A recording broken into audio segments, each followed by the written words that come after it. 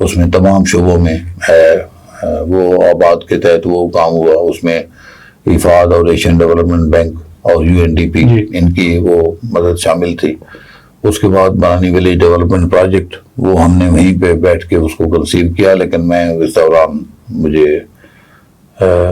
موقع مل گیا NRSV کے ساتھ ساتھ کرنے کا، تو پھر NRSV میں رہتے ہوئے اس پروگرام کو ہم نے امپلیمنٹ کیا۔ لیکن اس میں یہ تھا کہ جتنے بھی یہ ہمارے دیہی ترقی کے یا زرعی ترقی کے متعلقہ جو محکمہ جات ہیں یا دیگر پرائیویٹ سیکٹر میں جو ادارے ہیں، تو ان کے ساتھ مل کے وہ کام کرنے کا موقع ملا، اور وہاں سے بڑی لرننگ ہوئی۔ اور کہ جی اصل میں جو ہے وہ دیہات میں رہ کے ان کے کیا مسائل ہیں اور کس طریقے سے لوگ اپنی ترقی کو کس طریقے سے دیکھتے ہیں۔ لیکن اس پہ یہ جب NRSV میں آئے تو وہ تو چونکہ ایک تھا ہی، ہمارا کام ہی یہی تھا کہ ہم لوگوں کے پاس جائیں، چونکہ اختر حمید خان صاحب اور شیخ سلطان خان صاحب وہ مطلب ان کو چند اصول ہیں جن کو وہ کہتے ہیں کہ یہ بالکل فزکس کے اصولوں کی طرح، اور اس میں سب سے بڑھ کے وہ یہ تھا کہ جی آپ گاؤں میں کسی سے بھی بات کریں، کہیں بھی کسی بھی خاندان سے آپ بات کریں، کسی فرد سے آپ بات کریں، تو ہر ایک چاہتا ہے کہ وہ اپنی اس کی معاشی اور اس کی جو ہے معاشرتی زندگی اس میں تبدیلی آئے، اس میں بہتری آئے۔ ہر کوئی چاہتا ہے کہ جی وہ پہلے سے اس کی ترقی کی طرف ہے وہ بہتر ہو، اور وہ چاہتا ہے کہ جی اس میں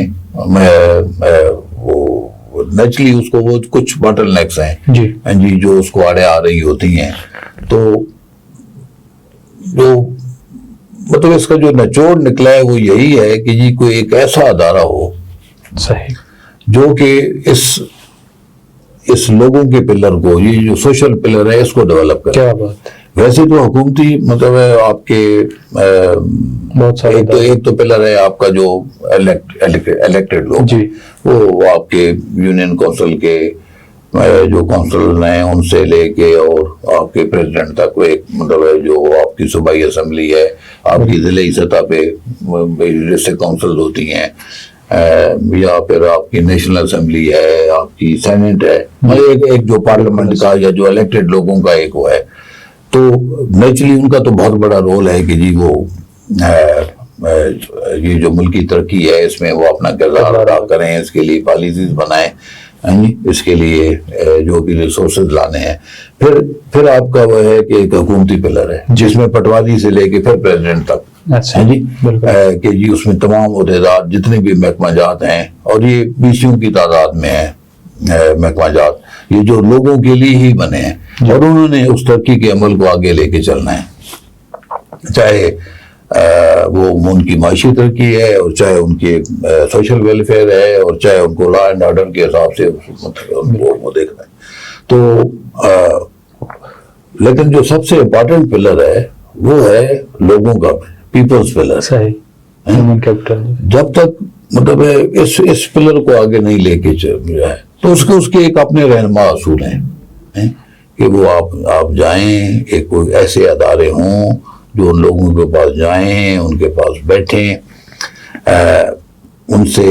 گھریلو سطح پہ ان کی جو معاشی اور معاشرتی ترقی کے جو ان کے اپنے منصوبے ہیں وہ ان سے بیٹھ کے ان سے بنوائیں، اور وہ دیکھیں کہ جی ان میں کیا رکاوٹیں کیا ہیں جی، اور ان رکاوٹوں کو کیسے دور کیا جا سکتا ہے۔ آیا وہ رکاوٹیں وہ مل جل کے اپنی ایک تنظیم کی صورت میں، یا جو ایک کمیونٹی لیول پہ ایک وہ ادارہ بناتے ہیں اپنا کمیونٹی انسٹیٹیوشن، اس کے ذریعے اس کا وہ حل نکالیں، یا پھر یہ جتنے بھی محکمہ جات ہیں، یہ جتنے بھی ادارے یہ بنے ہوئے ہیں ان لوگوں کے لیے جو حکومتی سطح پہ، ان کے پروگرامز کو سمجھیں اور ان تک رسائی حاصل کریں۔ جو ویل آف لوگ ہیں یا جن کی اپنی رسائی ہے ان اداروں تک، وہ تو ان تک وہ پہنچ جاتے ہیں، لیکن بدقسمتی یہ ہے کہ یہ جو ہمارا چھوٹا کاشتکار ہے یا جو گاؤں میں رہنے والے، چاہے وہ کوئی بھی گاؤں کی سطح پہ ان کا جو بھی لائیولیہوڈ کا ہے ان کا وہ، لیکن ان کی رسائی جو ہے نا وہ محکمہ جات تک وہ بڑی دشوار ہے، بڑی مشکل ہے۔ وہ جب تک اکٹھے نہیں ہوتے جب تک وہ منظم نہیں ہوتے، جب تک وہ اپنے ادارے نہیں بنا لیتے، صحیح، تب تک ان محکمہ جات تک یا ایون اگر کوئی پرائیویٹ سیکٹر میں کوئی ایسے ادارے ہیں تو ان تک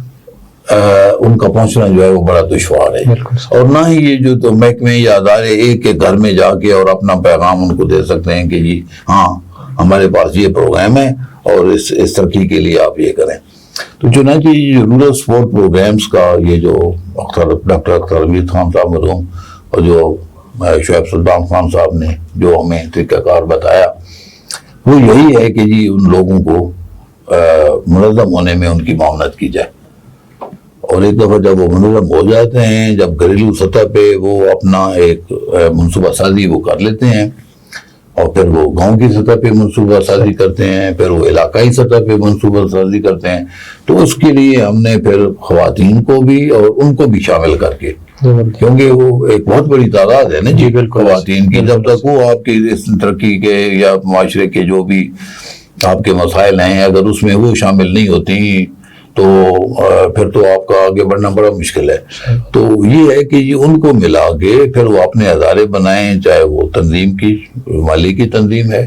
گاؤں کی سطح کی تنظیم ہے، یا پھر یونین کونسل کی سطح پہ ہم اسے لوکل سپورٹ آرگنائزیشن کہتے ہیں، کہ اس سطح پہ وہ گاؤں والے اپنے ادارے بنائیں، ان اداروں کو مضبوط کریں۔ اگر وہ ادارے مضبوط ہوں گے تو پھر ان کی رسائی، چاہے وہ آپ کا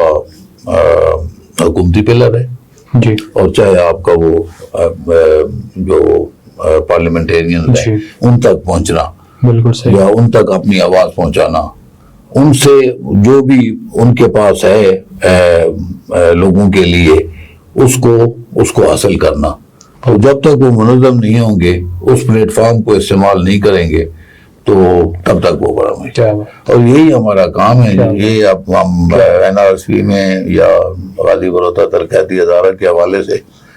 تو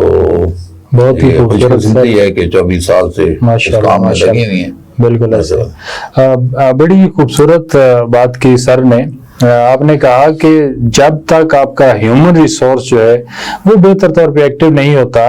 ان کے مسائل کو نہیں سمجھا جاتا، ان کے مسائل کے حل جو ہیں ان کے لیے ان کے ساتھ بیٹھ کے بات نہیں کی جاتی، اور وہ اپنے مسئلے اور اس کے حل کے لیے خود سے کوشش نہیں کرتا، تو کامیابی یا ترقی جو ہے وہ ممکن نہیں ہو سکتی۔ NRSP کو اگر دیکھا جائے یا اسی طرح کے جتنے بھی ترقیاتی ادارے کام کر رہے ہیں جن میں ملک صاحب بہت ہی ایکٹیو ایک رول اپنا ادا کر رہے ہیں، اپنے بڑے بڑے نام جس طرح آپ نے فرمایا کہ اختر حمید صاحب اور شعیب سلطان صاحب جو اسے لے کے چل رہے تھے، تو اس خاص سوچ نے ایک بہت بڑا چینج جو ہے وہ رونما کر دیا، اور لوگ بہت ایکٹیو انداز میں اپنی آواز کو نہ صرف اپنے محلے کی سطح پہ، نہ صرف اپنے گاؤں کی سطح پہ، نہ صرف اپنی یونین کونسل بلکہ حکومتی سطح تک پہنچانے میں کامیاب ہو گئے۔